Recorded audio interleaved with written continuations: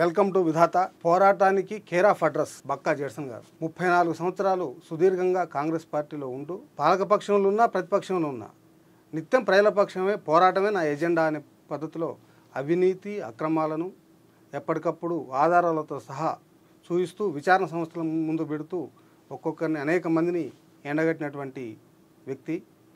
తను యాక్సిడెంట్లో ఒక కాలు పోగొట్టుకొని అవిటిగాడుగా ఉన్నప్పటికీ నా కాలు నా మనసుకు నా పోరాటానికి అడ్డం రాదు, నా అంగవైకల్యం అని చెప్పి సూచించి పోరాటంలో ఎప్పుడూ ముందుండి నిత్య ప్రతిపక్షవాదిగా, నిత్యం ప్రజలవాదిగా ఉంటున్నటువంటి జెర్సన్ గారు మన స్టూడియోకి వచ్చారు. ఇప్పుడు ఆయనతోటి రాష్ట్రంలో దేశంలో సార్వత్రిక ఎన్నికలు జరుగుతూ ఉన్నాయి. సార్వత్రిక ఎన్నికల్లో జెర్సన్ గారు ఎవరికి ఓట్లేయమని చెప్తా ఉన్నారు. అదేవిధంగా ఇప్పటికీ ఈ రాష్ట్రంలో కాంగ్రెస్ పార్టీ అధికారంలోకి వచ్చిన తర్వాత అధికారంలో ఉన్నటువంటి పాలక పక్షానికి కూడా ఇప్పటికే ఈ 100 రోజుల్లోనే కంటగింపుగా మారారు. ఎందుకు పాలకపక్ష ఆగ్రహానికి గురయ్యారు, ఎందుకు సస్పెన్షన్ వేడుబడింది, ఈ ఎన్నికల్లో ఎవరు గెలవాలని కోరుకుంటున్నారు అనేటువంటి విషయాల్ని జెర్సన్ గారిని అడిగి తెలుసుకుందాం. నమస్కారం జెర్సన్ గారు. కాంగ్రెస్ పార్టీ అధికారంలోకి రావడానికి కీలక పాత్ర పోషించారు. బీఆర్ఎస్ ప్రభుత్వం చేస్తున్నటువంటి అనేక కార్యక్రమాలలో ఉన్నటువంటి లొసుగుల్ని, అవినీతిని మీరు ఆధారాలతో సహా చూయిస్తూ అవినీతికి వ్యతిరేక పోరాటవాదిగా మీరు ముద్రపడ్డారు. అనేక విచారణ సంస్థలకు మీరు ఇచ్చారు. మీ పోరాటం సరే, ప్రజలందరి అభిప్రాయం, ఎన్నికలు జరిగాయి, మీ పార్టీ గెలిచింది, అధికారంలోకి వచ్చింది. అధికారంలోకి వచ్చిన తర్వాత మీరు అధికారంలోకి పోలేకపోయినా అసలు పార్టీ నుంచి సస్పెన్షన్ వీటికి ఎందుకు గురయ్యారు? ముఖ్యంగా 30 తారీఖు ఎన్నికలు అయిపోయినాయి అన్న. సంవత్సరం నరకేదే 1.5 ఇయర్ బ్యాక్ కేవీపీ రామచంద్రరావు గారు నన్ను నెక్స్ట్ గవర్నమెంట్ ఎట్లుంటుంది, కాంగ్రెస్ ఎట్లుంది అని అడిగాను. నేను 65 పైన సీట్లు వస్తాయి సార్, గవర్నమెంట్ మనం ఫామ్ చేస్తామన్నా. దుబ్బాకలు ఓడిపోయినాక ముడుగుడు అంతటా అట్లా చాలామంది చెప్తుండే, నేను చాలామంది నవ్వుతుండే. ఎందుకంటే గ్రౌండ్ మీద మనం ఉన్న మన ఇంక్లూడింగ్ మహేశ్వరుడు, ఇప్పుడు ఏలైతే మహేశ్వరుడు అన్న కూడా వస్తుందా అని అన్నాడు. జాయిన్ అయిన వాళ్ళు కూడా చాలామంది అన్నారు. గ్రౌండ్లో ఆ పరిస్థితి అట్లున్నది అని చెప్పిన. అంటే గవర్నమెంట్ పక్కా వస్తాయని నాకు కన్ఫామ్ కాదు. 1.5 ఇయర్ బ్యాక్ చెప్పిన. అంటే ఎందుకు ఈ పార్టీ ఎమ్మెల్యేలు మాట్లాడలేదంటారు? ఏ పార్టీ అన్న దానికి ప్రూఫ్ ఎలక్ట్రల్ బాండ్స్లా చూస్తే అందరికి షేర్ హోల్డర్స్. అందులో ఒక ఎంఐఎం ఒకటే కనవాలి, నాకు జనసేన గెలుగులా కనబడ్డది. అందరు కమ్యూనిస్ట్ వాళ్ళకి ఏడున్నారు అన్న. కమ్యూనిస్టు ఈ అన్ని పార్టీల దగ్గర అడుక్కొచ్చుకుంటారు కదా, వాళ్ళకి ఏముంటుంది? వాళ్ళు కమ్యూనిస్టులు కూడా ఏం పోరాటం ఏం చేయలేదు, ఒక 4 రోజులు నడిపారు.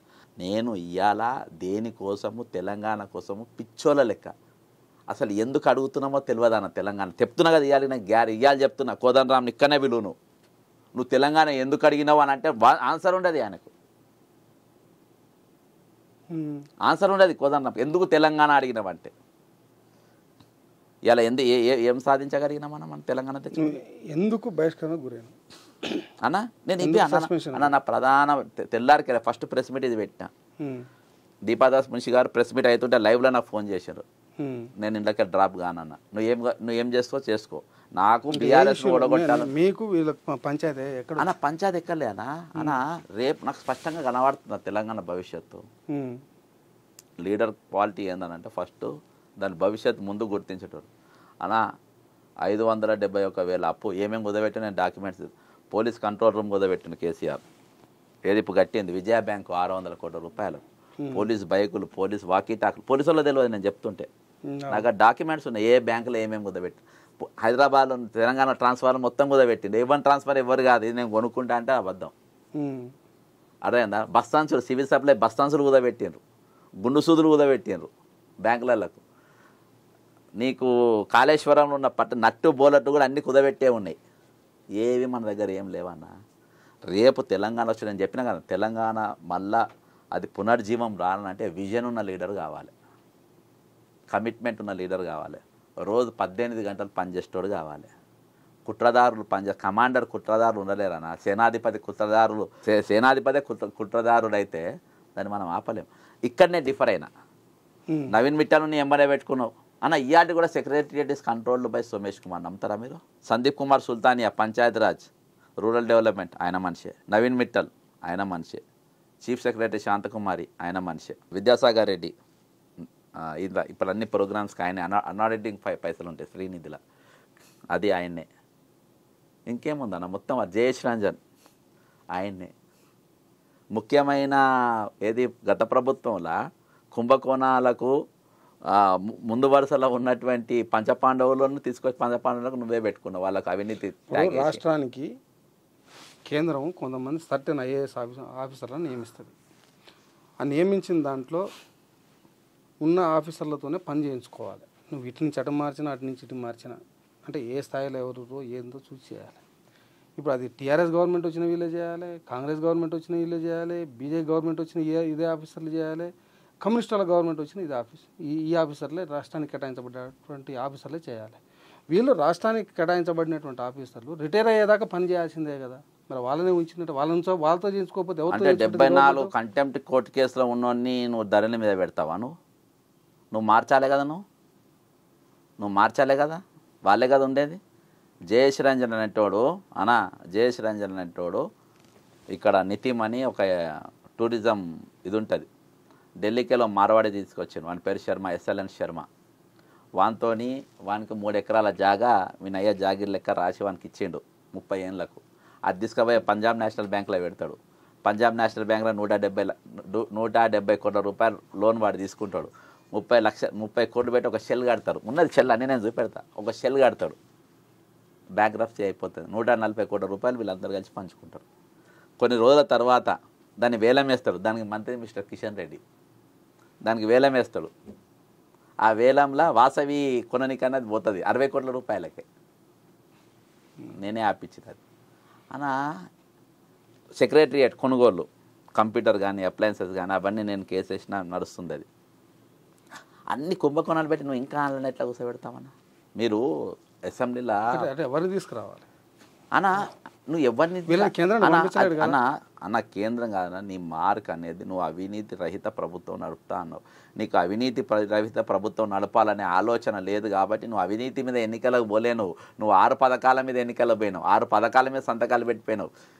జనము 6 పథకాల కోసం ఎక్కడ ఓటేయలేదన్నా. జనానికి తెలుసు తెలంగాణ ఈరోజు అప్పుల పాలైంది, వీళ్ళు నాకేం చేయలేరని అన్నీ తెలుసు. కాకపోతే మేము ఏం పోరాటం చేయలే కదా, మేము ఏమని చూపించాలని 2 బాద్షాలు సంతకాలు పెట్టిండ్రు, మార్కెట్లో పోయినరు. వాస్తవం దానికోసం ఓటే వాళ్ళే. ప్రవళిక ఆత్మహత్య తర్వాత దాదాపు 30 లక్షల మంది విద్యార్థులు ఊర్ల మీద పడి ఓటింగ్ పోయేటోళ్ళకి ఒక్కొక్కళ్ళ కాళ్ళు మొక్కి, ప్లస్ ఉద్యోగులు కనబడకుండా వాళ్ళ పని వాళ్ళు చేసి ఈరోజు ప్రభుత్వాన్ని ఏ సిపాయి తుపాకీ తిప్పుతున్న, ఏ సిపాయి యుద్ధం చేస్తున్న ఈరోజు కాంగ్రెస్ పార్టీ అధికారం రాలే. మీరేం క్షేత్రస్థాయికి పోయింది అవుతుందన్నా, ఏం కాదన్నా ఏం కాదు. రిపోర్ట్ ఇచ్చిర్రు, ఏది తహసీల్దార్లకు అధికారాలు పునరుద్ధరించాలన్నారు, పునరుద్ధరణ జరిగింది. తహసీల్దార్లకు అధికారాలు ఇస్తే ఏమవుతుంది? పరిశీలిస్తారు. ఏమవుతుంది? 4 అపార్ట్మెంట్లే కట్టేసిండ్రు బిల్డింగ్లే కట్టేసిండ్రు. మారాయన్నా అందరికి అంటే ధరణిలో ఉన్నటువంటి సమస్యలు పరిష్కరించడం కోసం ఎగ్జిక్యూటివ్ పవర్స్, గతంలో ఎగ్జిక్యూటివ్ పవర్స్ కలెక్టర్ వరకే ఉండే, లేదు CCL. తహసీల్దార్కి ఎగ్జిక్యూటివ్ పవర్స్ ఇచ్చారుగా ఇప్పుడు. కాదు, నువ్వు ధరణి రద్దని చెప్పినావా, నువ్వు కమిటీ చేస్తా అన్నావా? రాహుల్ గాంధీతో ఏం చెప్పిచ్చినావు నువ్వు వరంగల్ డిక్లరేషన్లో? అంటే రద్దుకు ముందు పవర్లో వచ్చిన తెల్లారు ఇవన్నీ చెప్పద్దు. ప్రభాకర్ రావు అనేటోడు ఒక ఆఫీసరు కరెంట్ దాంట్లో బాధాప్త కరప్షన్ జరిగింది, నువ్వు మీటింగ్ పడితే రాను పో అని అంటే, సరే నువ్వు రాకని ఎట్లా అంటావు చెప్పాను. ఇవాళ దాకా ప్రభాకర్ రావు అనేటువంటి మీద చర్యలు ఎందుకు లేవు చెప్పు? TSPS పెద్ద క్వశ్చన్ పేపర్ లీక్, 30 లక్షల మంది విద్యార్థులు. నువ్వు బొకే చెల్లమ్మతో జనార్దన్ కంటే ముందు వీళ్ళను గంట చక్రపాణి అక్కడికి వెళ్ళి ఎంక్వైరీ చేసుకున్నా. నా జేబులో పెన్ డ్రైవ్లు ఉన్నది అంతా. అక్కడికి వెళ్ళి ఇక్కడ దాకా నువ్వు ఎంక్వైరీ చేయాలి. అక్కడికి వెళ్ళి ఫస్ట్ ర్యాంక్ వాళ్ళ పేరు ఉద్యోగ సోపనం రాదు, ఏ పేపర్లో రాలే. 2016 నోటిఫికేషన్ది ఏ పేపర్లో రాలేదన్న. ఫస్ట్ ర్యాంక్ ఫోటోకి వెళ్ళి 9th ర్యాంక్ ఫోటో వాళ్ళకు. ఇలా ఏది RDOలు, డిప్యూటీ కలెక్టర్లు, SPలు అయినరు వాళ్ళు, DSPలు, ACPలు దాకున్నారు. వాళ్ళ పేర్లు ఎందుకు ఏ రోజు కూడా పేపర్లో రాలే? అప్పటికెళ్ళి ఎందుకు ఎంక్వైరీ పెట్టరు? కాబట్టి ఎక్కడ కూడా నాకు వ్యక్తిగత ఏం లేదు, కానీ ఎక్కడ కూడా చిత్తశుద్ధి నాకు కనవాలే. కంటిన్యూ అవుతున్నట్టే ఉన్నది. ధరణిలో కూడా ఏం కాదన్న, ధరణిలో నువ్వు ఫస్ట్ చేయాలంటే ఫస్ట్ టైటిలే ఎగరగొట్టాలి దాన్ని. అన్న టైటిల్ ఎగరగొట్టు, నువ్వు 14 పార్లమెంట్ సీట్ గెలవకుండా అడుగు. ఈరోజు ధరణి ఎట్లా మింగుతుంది, రేపు నువ్వు పార్లమెంట్కి వెళ్ళా చూస్తావు. నువ్వు గ్రాఫ్ మొన్న ఉన్నట్టు లేదు, మొన్న ఉన్నట్టు ఫీల్ లేదు, మొన్న ఉన్నట్టు జనం లేరు, మీరేమో ఎగురుకుంటానికి పోతుండ్రు. ధరణి ఎఫెక్టు, కరప్షన్ ఎఫెక్ట్ అనేది రేపు మీరు ఇవాళ దాకా మీ చర్యలు శూన్యం అని చెప్పి జనానికి అర్థమైపోయింది. మీరు ఈ పార్లమెంట్ ఎన్నికల్లో నీ ఓటు ఎవరికి? కాంగ్రెస్కి వేస్తానా, ఇండియా కూటమికి వేస్తా. ఇండియా కూటమికి. దేశంలో కాంగ్రెస్ పార్టీ బలం ఎంత ఉంది? అధికారంలోకి వస్తుందా రాదా కేంద్రంలో? అలా ఏదేమైనప్పటికీ కేజ్రీవాల్ అగర్వాల్ కమ్యూనిటీ అనేది కేంద్రంలో, నేను దాదాపు గుజరాత్లో కూడా నేను ఇన్ఛార్జ్గా పనిచేసిన. వాళ్ళు ఒక ఓటు ఆప్కి వేసేది, కేంద్రానికి వచ్చేటప్పుడు బీజేపీకి వేసేది. నార్త్లో ముఖ్యంగా పంజాబ్, హర్యానా, రాజస్థాన్, యూపీ ఇదంతా. ఈసారి ఆ ఓటు ఇండియా కూటమికి వస్తుంది. ఎట్లా? అగర్వాల్ కమ్యూనిటీ అనేది బీజేపీకి వేసేది కన్నా వాళ్ళు అంటే అక్కడ చక్రం తిప్పే అంత ఓటర్ల మీద ప్రభావం చూపేట కమ్యూనిటీ అది. అందుకనే ఈయన అంత లో ప్రొఫైల్ ఉన్నా కానీ ఈయనను గెలిపేయగలిగిండ్రు. ఏందన్నా 2 పెద్ద పార్టీని కొట్టేసారు పంజాబ్లో. చాలా జాగాలలో ఎక్కడైతే అగర్వాల్ కమ్యూనిటీ పెంచుకుంటూ పోతున్నా అక్కడ కొట్టుకుంటూ పోయాను. కాబట్టి నేను బీజేపీకి వాళ్ళు ఊహించినన్ని వస్తాయని నేను అనుకుంటలేను. ఈసారి మన దగ్గరనే కొంచెం అన్నిటికంటే కొంచెం ఎక్కువ గ్రాఫ్ పెరిగేటట్టు కనబడుతుంది. అది వీళ్ళ క్యాండిడేట్ సెలక్షన్ల తప్పల్లా, లేకుంటే అంత పిక్చర్ లేదు. కాంగ్రెస్ పార్టీ రాష్ట్రంలో అధికారంలో ఉంది. ఎక్కువ ఎంపీ సీట్లు తీసుకొచ్చుకుంటేనే ఈ రాష్ట్ర ముఖ్యమంత్రికి కేంద్రంలో పార్టీలో పవర్ పట్టుదల పెరుగుతుంది. కానీ మీరు ఒక ఆరోపణ చేశారు, ఏంది బీజేపీ గెలవడం కోసమే కాంగ్రెస్ పార్టీ ముఖ్యమంత్రి ప్రయత్నం చేస్తుందనేది మీరు ఎలిగేషన్ పెట్టింది. దానివల్ల ఒక బీజేపీ గెలిస్తే ముఖ్యమంత్రి వీక్ అవుతాడు, కాంగ్రెస్ పార్టీ గెలిస్తే ముఖ్యమంత్రి బలవంతుడు అవుతాడు. మీరు బీజేపీ అనుకుంటారు, మీరు ప్రధానమంత్రి బడే బాయ్ కదన్నా అన్న. ఇదే రాజశేఖర రెడ్డి గారు అయితే ఏం చేస్తాడు తెలుసా, ప్రధానమంత్రి హైదరాబాద్కి వచ్చిండు, 4 రోజులలో ఎంపీ ఎలక్షన్స్ ఉన్నాయి, నీవు విభజన హామీల 1,00,000 మందికి ఉపాధి కల్పిస్తా అన్నటువంటి వరంగల్ కాజీపేట కోచ్ ఫ్యాక్టరీ ఏమైంది, ఇప్పటిదాకా నువ్వు దాన్ని ఊసెత్త మాట్లాడతలేవు, కాబట్టి నేను నీ మీటింగ్ను బహిష్కరిస్తున్నా అని మోడీకి సవాల్ ఇసరాలే.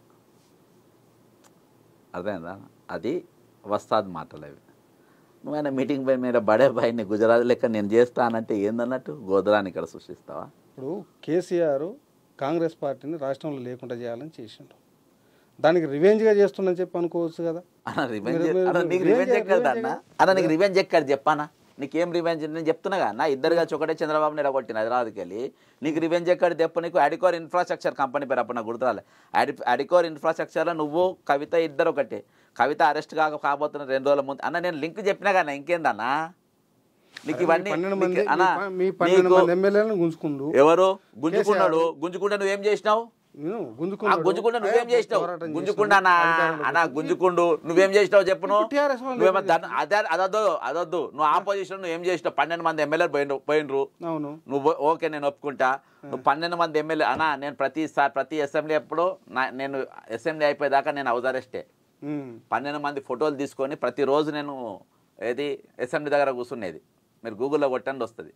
నేను నా కార్యకర్తగా నా డ్యూటీ నేను చేసిన జనం దగ్గర. నీ సిపాయితనం నువ్వు ఏం చేసినావు? నువ్వు పీసీసీ ప్రెసిడెంట్ అయినాక 12 మంది ఎమ్మెల్యే పోతే నువ్వేం చేసినావు చెప్పు. నువ్వు వాళ్ళ ఇంట సరే అప్పుడు ఉత్తమ్ కుమార్ రెడ్డి కొట్లాడే నేను కొట్లాడతా అని చెప్పి వాళ్ళ ఇళ్ళ ముందు ఏమైనా ధర్నాలు చేసినావా? ఏమైనా లడాయి చేసినావా? ఏమైనా కొట్లాడినావా? కోట్లలో కేసు వేసినావా? అనా వీళ్ళందరూ కలిసి బాధాప్తాన్ల బట్టి కూడా ఉన్నాడు. ఏ రోజు కూడా నా ఎమ్మెల్యేలు పోయినా ఏ రోజు మాట్లాడలే, దగ్గరుండి పంపిండ్రు ఆ రోజు. అన్న వీళ్ళు అన్న కాంగ్రెస్ పార్టీ అధికారంలోకి వస్తారన్న నమ్మకం వీళ్ళు ఎవ్వరికి లేదన్నా. ఏ పోరాటం చేయకుండా కాంగ్రెస్ పార్టీ వచ్చింది జనాగ్రహం అంతే.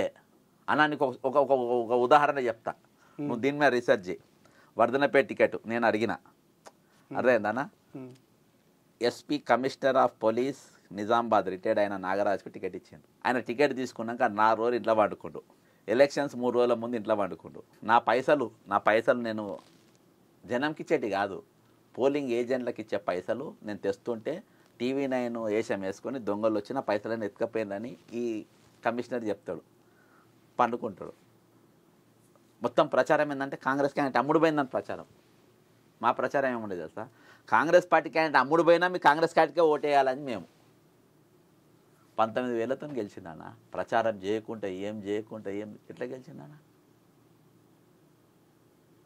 అరూరు రమేష్ ఒక్కొక్క చెరువు అన్న, ప్రతిరోజు ఒక చెరువు మీద పోయిన స్కామ్ బయటకు తీసి జనం ముందు తీసుకొని వచ్చినాం. ఒక్కొక్క చెరువు ఎట్లా తూములు ముంచేసిన, ఎన్ని చెరువులు కబ్జా చేసింది, ప్రతి చెరువు ఏ భూమి కింద ఏ చెరువు ఉన్నది, ఏ బిల్డింగ్ కింద ఏ చెరువు ఉన్నది అనేది జనం ముందు తీసుకొని వచ్చి పబ్లిక్ ముందు అందరి దగ్గర పెద్ద పెడితే ఈరోజు ఒక్కొక్క అంశం పైన కొట్లాడితే ఈరోజు అధికారంలో వచ్చిందన్న. అది మెయిన్ కీ రోల్ ప్లే చేసింది యూట్యూబ్ ఛానల్స్. ఎవరికి నమ్మకం ఉంటే మహేశ్వర్ రెడ్డి ఎందుకు వెళ్ళిపోతాను బీజేపీకి? నేను అన్నకి ఇప్పుడు ఎట్లా వస్తుంది అధికారంలో అన్న, మహేశ్వర్ నాకు క్లోజ్ ఉంటాడు. వచ్చే ముందు పోయినావు ఏందానంటే ఎట్లా పోతే ఎట్లా వస్తుంది అన్నాను. అంటే ఎవ్వరికి నమ్మకం లేదు. 8 సీట్లు వస్తాయని అన్న. రేవంత్ రెడ్డి కూడా ఈసారి ప్రతిపక్ష నాయకునిగా కూర్చుండు. ప్రతిపక్ష నాయకుడు అనే అనుకుంటే ఆయన జన ఆగ్రహంతో జనం తిరగబడ్డారని చెప్పి వచ్చింది. కానీ అది అందరికీ తెలుసు, వాళ్ళకు కూడా తెలుసు. అందుకని ఇవాళకి వాళ్ళకు ఒక విజన్ లేదు, వాళ్ళు ఎట్లా చేయాలని కొట్టాలేకపోతుంది కానీ అంటే అడ్మినిస్ట్రేషన్ కూడా చేయలేక, అడ్మినిస్ట్రేషన్ ఇవాళకి గాడిలో పడలేదన్న. అన్న నీ స్ట్రక్చర్ ఏందన్న? అసెంబ్లీ నీ స్ట్రక్చర్ ఎక్కడ ఉంది చెప్ప? డిపార్ట్మెంట్ వైజ్గా నీ రివ్యూ మీటింగ్ లేవి? ఏ డిపార్ట్మెంట్ ఎన్ని ఖాళీలు నేను చెప్పగలుగుతావను? 46 జీవో ఎత్తేస్తామని చెప్పి సీతక్క నువ్వు ఒకరి మీద ఒకరు పడి మీద పడి తీసుకుంటు కదా. మీరు ఏమైనా దాని గురించి ఇవాళకి అదే అధికారుల మీద ఎందుకు కొనసాగిస్తుండ్రు? హెచ్ఓడీలను మార్చిండ్రా మీరు? అన్ని మార్పు ఉండాలన్నా. నీకు విజన్ ఉంటే కాళేశ్వరంలో ఉన్న హెచ్ఓడీలందరినీ పీక్ పడేసారు కదా కాళేశ్వరంలో. అన్న కాళేశ్వరం బంద్ అన్న, అది అయిపోయింది, ఏం నాకలేదు అన్న. నీకు ఏం లేదా? నీక మొత్తం క్లోజ్ అయిపోయింది. అవన్నా ఎందుకు అన్న కాళేశ్వరం గురించి అంతా స్కామ్ మాట్లాడతా కానీ నేను దాని మీద రీసెర్చ్ చేసిన. ఉమ్మడి ఆంధ్రప్రదేశ్ ఉన్నప్పుడు మీరు ఆర్టికల్ కూడా రాసింది మీ దాంట్లో నేను ఇచ్చినప్పుడు. ఒకడు అడ్మినిస్ట్రేషన్ ఉండే, ఒకడు ఫీల్డ్ వర్క్ చూస్తుండే. తెలంగాణలో వచ్చినాక 6 ఈఎన్సీలు. అత్యంత అవినీతి పరులైన అధికారం కేసీఆర్ ఫస్ట్ 6 నేర్చుకున్నాను.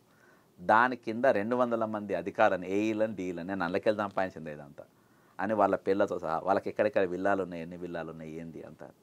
అన్న నువ్వు నీ కళ్ళ ముందు తెలంగాణ మానభంగం అవుతా ఉంటే నువ్వు అందరు వరుసగా కూర్చుండ్రు అన్న. ఇక్కడ రేవంత్ రెడ్డి కూర్చుండు, బట్టి కూర్చుండు, ఉత్తమ్ కూర్చుండు, కోమారెడ్డి వెంకారెడ్డి కూర్చుండు, అసౌద్దీన్ ఓవైసీ కూర్చుండు, దాడి వీరభద్రరావు కూర్చుండు, ఏది ఇప్పుడున్న కొత్తగూడెం ఎమ్మెల్యే కూర్చుండు, అందరు కూర్చుండు. కోదండరాం ముందు వరుసలో కూర్చుండు కింద బెంచ్ల మీద. అవుతూ ఉంటే అత్యాచారం అవుతూ ఉంటే ప్రేక్షక పాత్ర వహించింది. అత్యాచారం అంతా అయిపోయినాక, తెలంగాణ అప్పులపాలు అయిపోయినాక, తెలంగాణ సర్వనాశనం అయినాక ఈరోజు నువ్వు వాళ్ళను ఏం చేయనికి లేకుండా కాటికి పోయే నేరస్తులను ఈరోజు తీసుకొని వచ్చి నువ్వు సస్పెండ్ చేస్తున్నట్టు ఏందన్నా? సస్పెండ్ కాళేశ్వరంలో 1,00,000 కోట్ల అవినీతి జరిగింది అని ఒక నినాదాన్ని తీసుకొచ్చిందే కాంగ్రెస్ పార్టీ, ప్రచారంలో పెట్టిందే కాంగ్రెస్ పార్టీ. ప్రేక్షక పాత్ర వహించిందని ఎట్లంటావు? నినాదం తీసుకొచ్చిందన్నా, నినాదం తీసుకొచ్చిండ్రు.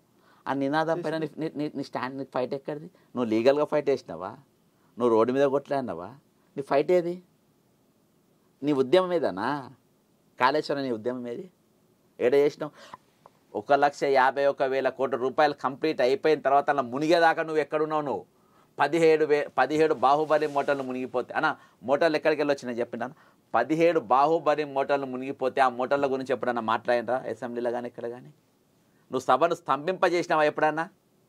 అసలు మీ ఎమ్మెల్యేలు అన్న ఎప్పుడన్నా అన్న ఒక్కడు చాలన్న, ఒక్కడు చాలు, గుర్తుపెట్టుకోండి, ఒక్కడు చాలు. అవునా, నాది మాట వినలేక అన్న. ఒక్క విషయం, నేను అసెంబ్లీ సమావేశాలు కూడా ప్రత్యక్షంగా చూసిన. అప్పుడు సార్ అని లేచి అధ్యక్షంగానే సస్పెండ్ అయ్యగా జరిగింది. అన్న రోడ్ లేదా నీకు? నువ్వు రోడ్ లేదా నీకు? అమరవీర స్థూపం లేదా అన్న? చెయ్యాలనుకున్నా నిర్ణయాలు చేసుకున్నా అన్న. మీరు నా ఎంబర్ రండి అన్న, నేను చూపెడతా పబ్లిక్లా. పబ్లిక్ స్పందన ఎట్లుంటుందని నేను చూపెడతా. అర్థమైందా అన్న? నేను చెప్పిన 1.5 సంవత్సరం క్రితమే కేవీపీ రామచంద్రరావు గారికి నేను కేవీ రామచంద్ర పేరు చెప్పిన పెద్ద మనిషి మీరు కూడా గుర్తుపడతారు కానీ చెప్పిన నెక్స్ట్ గవర్నమెంట్ కాంగ్రెస్ వస్తాయంటే నేను అనుకుంటే ఆయన నవ్వుకుండేమో. చాలామంది నవ్వుకున్నారు అన్న. రేవంత్ రెడ్డి క్లోజ్ ఫ్రెండ్స్ కూడా నవ్వుకున్నారు, నన్ను తీసుకుపోయిన వాళ్ళు కూడా. ఒకరోజు లాస్ట్ మీటింగ్ ఆయన ఫ్రెండ్తో వాళ్ళ ఇంట్లో కూర్చున్నప్పుడు ఆయన నన్ను అడిగాడు, అన్న ఏదో వస్తాను గవర్నమెంట్ అని అంటే కాంగ్రెస్ వస్తుందబ్బా అని చెప్పిన. నమ్మలేదు ఆయన, నాకు తెలుసు ఆయన. అదేందన్న అన్న, బాహుబలి మోటార్లు అంటే కొన్ని మీరు ఫస్ట్ టైం మీ ఛానల్ పిలిచినప్పుడు కొన్ని విషయాలు తెలవాలి. బాహుబలి మోటార్ అనేది ఎక్కడ తెలుసా అన్న, ఎక్కడ తయారైంది తెలుసా? ఐడియా ఉందా మీకు? నాకైతే ఐర్లాండ్, ఫిన్లాండ్, చైనా ఈ 3 జాగాలలోకి వెళ్ళి విడిభాగాలు తీసుకొని వచ్చి చెన్నై పోర్ట్లో ఫిట్టింగ్ చేసి తీసుకొచ్చి పెట్టిండ్రు. ఐర్లాండ్, ఫిన్లాండ్, చైనా 3 భాగాలు అది తీసుకొని వచ్చి ఇది చేసిండ్రు. అందులో రాఘవరావు అంటే ఒక ఆఫీసర్నే లేపేసిండ్రు. అంటే లేపారంటే అసెంబ్లీలో ఏబీబీ కాదు, అరే అసెంబ్లీ మోటార్స్ అన్నా, రాణిగంజ్ మోటార్లు డూప్లికేట్ అసలు ఉంటాయి కదా, క్రాంప్టన్ గ్రీవ్స్ ఇవి డూప్లికేట్ మోటార్ మునిగిపోయినాయి. అందులోకి ఎందుకు పోరా? మెడిగడ్డ చుట్టూ ఎందుకు తిరుగుతారు? దాని చుట్టూ ఎందుకు బతుకమ్మ మాట్లాడతావు? మోటార్ల కాడికి ఎందుకు పోను అన్నా? అందులో నేను ఎందుకు చెప్తున్నా అంటే నేను ఇవి కూడా ఎందుకు చెప్పిన అంటే నాకు అలా డీప్గా ఉంది కదా. నేను జీఎస్టీ 12,000 కోట్ల జీఎస్టీ ఎగ్గొట్టి నేను ఎవరికి చెప్పినాను? బీజేపీ గూగుల్లో కొట్టాను. బీజేపీ ఆఫీసు లోపలికి నడుచుకుంటే కార్యాలయం లోపలికి పోయి నేను లోపలికి వస్తున్నా అని చెప్పి బండి సంజయ్ కారు ఇట్లా తిరిగి మళ్ళీ యూటర్న్ తీసుకొని వెళ్ళిపోయాడు. నేను పేపర్లో తీసుకొని పోయినా జీఎస్టీ ఎగ్గొట్టిందని వాళ్ళ పిఏకి ఇచ్చి ఆయనకు ఇయ్యాను రాండి 12,000 జీఎస్టీ ఎగ్గొట్టింది అబ్బా అని చెప్పేసి అక్కడికి వెళ్ళి కిషన్ రెడ్డి ఇంటికి పోయినా. కిషన్ రెడ్డి కూడా ఇచ్చిన. ఒక్కరోజు మాట్లాడితే 12,000 అట్లా జీఎస్టీ స్కిల్ డెవలప్మెంట్లో 100 కోట్ల జీఎస్టీ ఏమో ఎగ్గొట్టిందని చెప్పి చంద్రబాబు నాయుడు జైలుకు పంపిండు. మరి 12,000 కోట్ల జీఎస్టీ గురించి మనం ఎందుకు మాట్లాడతాం? అంటే వీళ్ళు ఏడ కూడా దీనిపైన ఎక్కడ కూడా ఏ సబ్జెక్ట్ మీద పట్టాను నేను, నా కుటుంబము, నా సంపాదన, నా మంత్రి బాధ అనిపిస్తుందన్న వాళ్ళని చూస్తే. నేను ఒక పెద్ద మంత్రి అనా, నా జిందగీలో నేను అననా? నేను చెప్తున్నా కదా, నాయకత్వం వర్ధిల్లాలి అని ఆయన ఇస్తుంటే నా బాధ అనిపించింది. అరే నేను పబ్లిక్ దిక్కు మనం ఆలోచించాలి, ప్రజల దిక్కు మనం ఆలోచించాలి. విద్య ఎట్లుంది, వైద్యం అన్నం తిని చచ్చిపోతున్నాను హాస్టల్లో, అన్నం తిని చచ్చిపోతున్నారు. ఒకటి పోయి పరామర్శాలి. ఎప్పుడు మన రాజకీయాలైనా ఎప్పుడు సీట్లు ఇవేనా? ఇవాళకి నేను చెప్తే ఇవాళ ఎస్సీ కమిషన్ ఢిల్లీకి వెళ్ళి వస్తే వాళ్ళ దగ్గర తీసుకుపోయి వాళ్ళ దగ్గర కూర్చోబెట్టి మాట్లాడి వాళ్ళకి అన్యాయం జరిగిందని చెప్పి వచ్చినాం. ఇవాళ ఉన్న పరిస్థితి ఇట్లానే. తెలంగాణ పరిస్థితి ఏంటంటే కేసీఆర్ చేసిన గొప్పతనం ఇలా కంటిన్యూ అవుతుందని నేను బాధపడుతున్నాను. అన్న టీచర్లు గురుకులంలో టీచర్లు ఉంటారు. టీచర్లు వార్డెన్ డ్యూటీ చేయాలి, టీచర్లు వాచ్మెన్ డ్యూటీ చేయాలి, టీచర్ నైట్ కేరింగ్ డ్యూటీలు చేయాలి. చదివేడ చెప్తారన్నా? 20 ఖైదీలకేమో 75 రూపాయల భోజనం పెడతావు. భావి భారత పౌరులు 35 రూపాయల 3 పూటలు అన్నం తినాలి. అందులో 5 రూపాయలు వంటకు పోతాయి. ఈ 31 రూపాయలల్లా 36 రూపాయలు ఇస్తారు. 31 రూపాయలల్లా 3 పూటలు అన్నము, ఈవినింగ్ స్నాక్స్ మురమురాలు, ఆదివారం మటను, ఆల్టర్నేట్ డేస్ ఎగ్. ఎక్కడికి వెళ్ళి తెచ్చి పెడతారా? వాష్రూమ్స్ తిరిగిపోయిన తలుపులు. పిల్లలనే చదివిస్తావా? అంతే. హాస్పిటల్లో పోయి వాడు చచ్చిపోడేందన్నా? రియల్ అన్నా? అంటే నేను చెప్తున్నా అన్నా, బయట మందోళ్ళ 60 మంది దవాఖానలో పడ్డారు. ఏ పత్రిక రాయాలి, ఇంట్లో రాలే మందోళ్ళ. ఇది అయిపోయిన తెల్లారే. నీ కంటిన్యూయేషన్ అయితేనే ఉన్నాయి ప్రతి దగ్గర. దాని మీద మన రివ్యూ మీటింగ్ ఎందుకు పెట్టాం అన్న? కాంట్రాక్ట్ ఉద్యోగులు ఏందన్న తెలంగాణలో? నాకు అర్థం కాలే. కాంట్రాక్ట్ పద్ధతి ఏంది? ఫుల్ టైం అన్న విద్యా వైద్యంలో ఫుల్ టైం ఇల్లు ఉండాలి. ప్రతి 5 సంవత్సరాలకు నీకు రివ్యాంప్ జరగాలి. ప్రతి 5 సంవత్సరాలకు నీకు హాస్పిటల్స్ ఇన్ఫ్రాస్ట్రక్చర్ అనేది దానిపైన ఒక ఇన్స్పెక్షన్ జరగాలి. పాతది నీకు ట్యాక్స్ పేయర్ పైసలతోని నడిచే ప్రభుత్వ యంత్రాంగం హాస్పిటల్నే పనిచేయి, ప్రైవేట్ ఏమో పనిచేస్తుంది. అంటే ఎక్స్రే పనిచేస్తుంది, నీకు సిటీ స్కానర్ పనిచేస్తుంది, అన్నీ పనిచేస్తుంది. ఇలా ఏది పని చేయదు. వీనికి ఏమందద్దు, వీని స్కూల్ అందద్దు, వీని కాలేజ్ అందద్దు, వీనికి ఏమీ అందద్దు. దానిపైన ఒక్కసారి అన్న ఇవాళ ఎన్టీ రామారావు గొప్పోడు, వైఎస్ రాజశేఖర రెడ్డి గొప్పోడు. ఎందుకంటే వీళ్ళు అందులో పోయి దాఖాన్లో దూసిండ్రు, ఇది పెంచడానికి ప్రయత్నం చేసింది కాబట్టి వాళ్ళు మహానుభావులు అయినరన్న. తెలంగాణ ప్రభుత్వం చేస్తున్నటువంటి తప్పుల్ని మీరు అంటే సవరించుకోమని చెప్తుర్రా? సవరనే అన్న నిర్దాక్షిణంగా అన్న కమిటీలు కహానీలు చెప్పొద్దు. జ్యుడిషియల్ ఎంక్వైరీ ఇవాళ కూడా నేను కాళేశ్వరం పిటిషన్ వేసి ఉన్నా. ఏ కహానీలు చెప్పొద్దు. నీ ఎలక్టరల్ బాండ్స్ అన్ని పార్టీలో పోయినాయి అన్న. మేయా కృష్ణారెడ్డి ఎవ్వడు ఏం చేయడు. కన్ఫామ్ ఇది నీ లీడర్షిప్గా as a chief minister of తెలంగాణగా మన ఆంధ్ర పైసలు నువ్వు ఆంధ్ర వాళ్ళు మనం దోసుకుంటున్నాని చెప్పి మన పిల్లలను రెచ్చగొడితే 1,200 మంది చచ్చిపోయారు. దోచుకున్నారు. మనం ఇప్పుడు దోచిపెట్టలే అన్న. నువ్వెట్లా వదులుతావు? నువ్వెట్లా మాట్లాడవు? అన్న ఇలా వందల కోట్లు లక్షల కోట్లు ఇవాళ సంపాదించాలి. విచారణకైతే వేసేది కదా ఏమవుతుందన్న అది అవన్నీ చెప్పద్దు. అది పైనకెళ్ళి కింది దాకా ఏమవుతుందన్న కమిటీలతో ఏ కమిటీలతో ఏమైంది ఏ కమిటీల అన్న జగన్ ఏ కమిటీ వేసిందన్న లోపల స్కిల్ డెవలప్మెంట్ను. చంద్రబాబు నాయుడు అసలు చంద్రబాబు నాయుడు జీవితంలో అనుకోలే జరుగుపోతాన్ని జిందగీలు అనుకోలే నేను దేనైనా శాసించగలుగుతా అనుకున్నాడు. స్కిల్ డెవలప్మెంట్ అన్న చిన్న కేసులు తీసుకెళ్ళి లోపల గిలగిల కొట్టుకున్న ప్రాణభయం పుట్టింది. అదేందన్న అంటే నేను చెప్పేది ఏంటంటే అనేది గత ప్రభుత్వ పెద్దల్ని జైలుకు పంపాల్సిందే ఈ కేసులు అనేది మీరు డిమాండ్ చేస్తారు అన్న. గుంజాలన్నా ఆ పోయిన భూములను గుంజాలి, పోయిన భూములకు గుంజాలి, పోయిన దీన్ని గుంజాలి. ఇలా దన్మన్ ఒకటేసారి నువ్వు ఫోన్ ట్యాపింగ్ తీసుకొని వచ్చినావు. ఫోన్ ట్యాపింగ్ తీసుకొని ఫ్రంట్ పేజ్ అదే నడుపుతున్నావు. అందులో దాని కింద 6 గంటలు వెళ్ళిపోయినాయి, ధరణి వెళ్ళిపోయింది, కాళేశ్వరం వెళ్ళిపోయింది, అన్నీ వెళ్ళిపోయినాయి.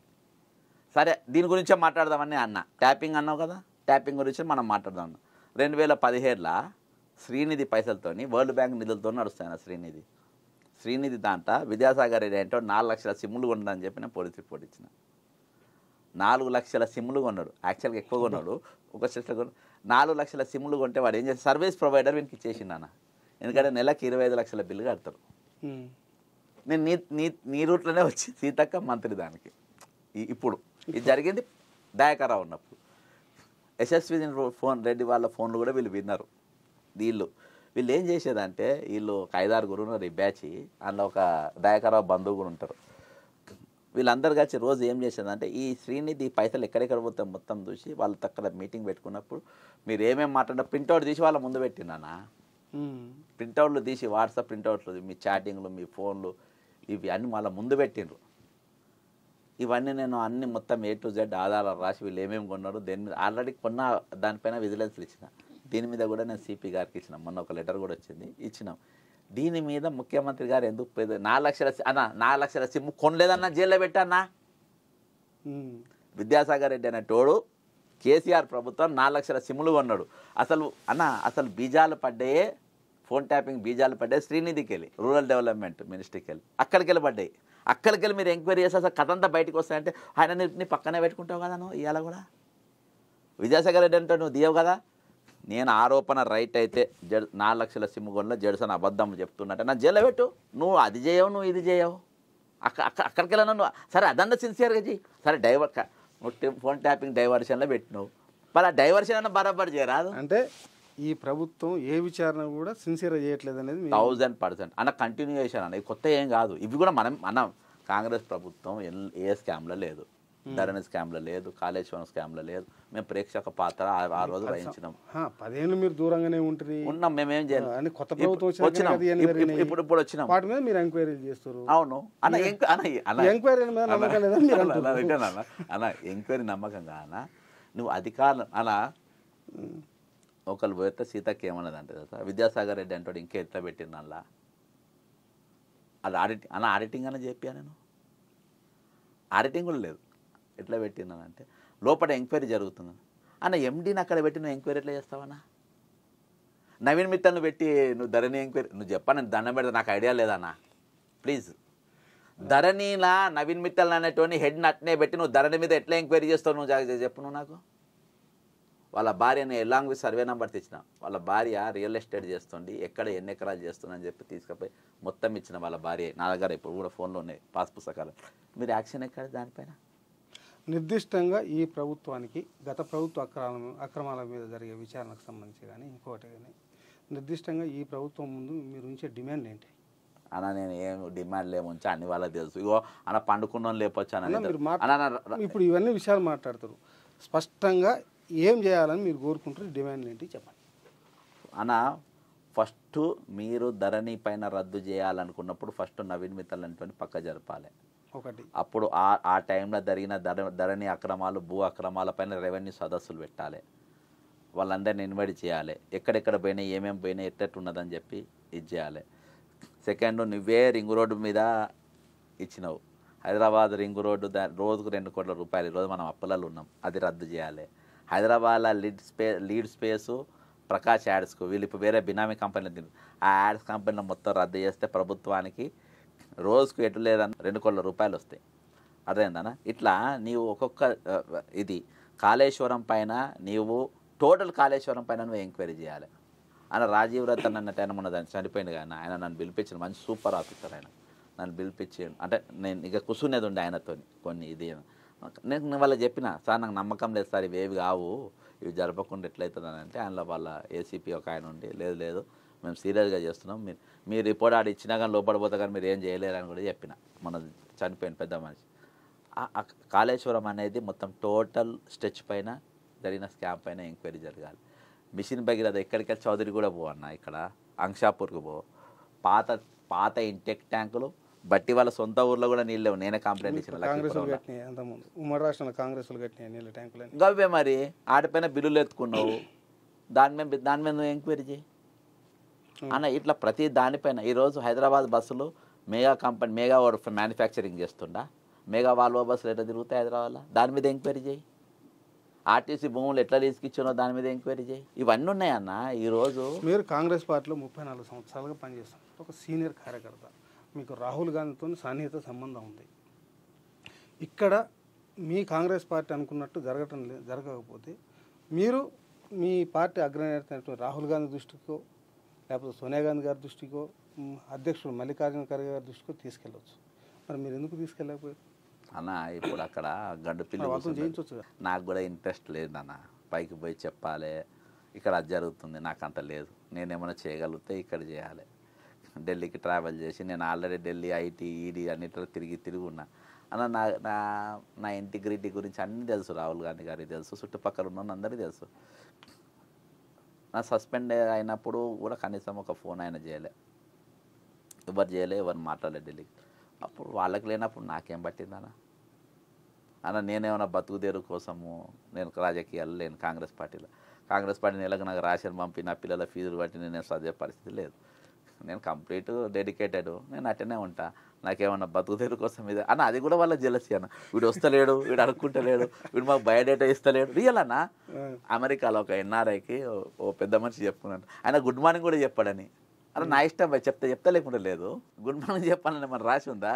ఇప్పుడు అన్న కొంతమంది తెలుసా అన్న, మీ అటు నేను మర్యాద ఎవరికి అన్న వాళ్ళకి ఇస్తా. ఉద్యమం చేయకుండా నువ్వు ప్రజాశత్రువుతో నువ్వు చేతులు గడిగతో నేను సెకండ్ ఎట్లా ఇస్తానా?